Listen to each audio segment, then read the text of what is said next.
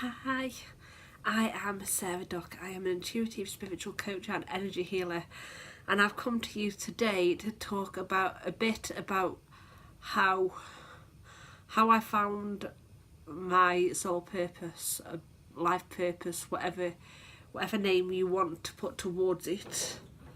Yeah, I found it using a combination of numerology, astrology, journaling, a lot of journaling, soul searching, digging deep into my childhood, my likes, my dislikes. And yeah, it's all a combination of everything that sort of led me to honing in more on my purpose and what I should be doing. So I started off and I was journaling. I was journaling a lot, writing down all the stuff I liked, everything I was passionate about, the stuff that I'd learnt, like stuff that I went to college for and university that I learned there that I really loved doing. And it was a lot of figuring out what I was good at, what I was really talented at, what I was naturally talented at, and what I was really passionate about, how I love to spend my time, what I'd love doing, what I would do, whether I was getting paid for it or not, I would do it anyway, you know. And yeah, it was, I did that for quite a while. Most of 2017 I actually spent searching for my purpose, searching for the clarity.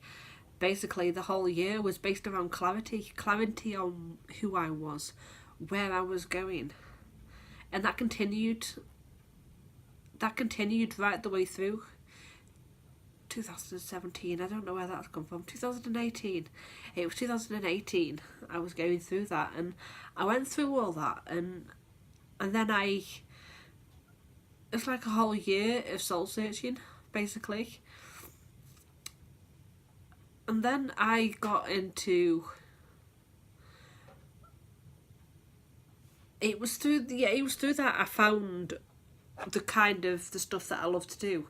If I found the stuff that I would search for, the stuff that I really wanted to do, the stuff that I wanted to do when I was a child, that I said I'll do that when I grow up, you know. And that is where I was with it all. I went and I searched for my astrology chart. I searched for my Western astrology chart and my Vedic astrology chart. My Vedic astrology chart actually gave me a lot more insight. The Western astrology chart did too, about who I was. But for me, going through my Vedic astrology chart and reading up about that, watching YouTube videos about my Vedic astrology chart, that is what really sort of helped me piece things together. That, along with getting a numerology reading done, and I had that done, and I looked through that, and it was like light bulb moments as I was reading, like, that's definitely who I am, these things are definitely me, you know. And then the Vedic astrology chart, where it says going into like, this person would like these kind of things, and I was, of course, everything sort of started to knit together, and they really did start to knit together. And yeah, then the numerology chart is really, it's the simplest one to start with. and it is where I started searching. But that sort of gave me ideas on what kind of stuff I needed to do. And then it was sort of piecing that together with the journaling and stuff that I did about my passions, my talents and all that lot, and seeing where that fitted in to my numerology chart. And then the third part of it was searching for my Western astrology chart, and bits of that stuck out to me that related to what I'd found out, and that sort of slotted in there. And then all the little pieces were from my Vedic astrology chart, where I didn't find the answers in the Western astrology chart, but the Vedic astrology chart told me them answers. They told me what are the bits that I was missing, and then they sort of slotted into there and made it whole, you know. That's where that made it whole then, and it was like, I've got now this little ball of fire that's stuff that I'm talented, stuff that my Vedic astrology chart said I would love to do and I would be good at, and stuff that I really loved to do when I was younger, when I was growing up, what I was really interested in. And then the numerology, which was finding out that I was a life path 3, that's about creativity, it's about communication and stuff like that, which creativity, that for me, that's what linked towards my passion for writing when I was a child. I always wanted to be an author. That was the first thing I remember saying, I want to be an author. That's what I brought into it.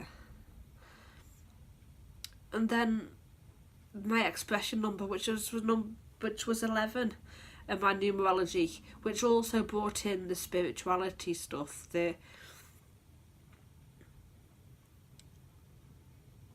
have always been a big part of my life. It was always something that when I was young and I was growing up, and I was hearing stories about spirituality, about my family seeing spirits, hearing from spirits, visitations that they'd had, and I was like, I'd love to do that. I'd love to see spirit.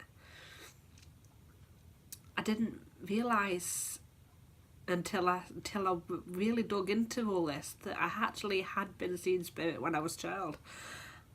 That I hadn't noticed that that's what it was. That I knew that they were there. I could feel that they were there. And I didn't know that that's what it was. But I do now, you know. All these little bits stuck together.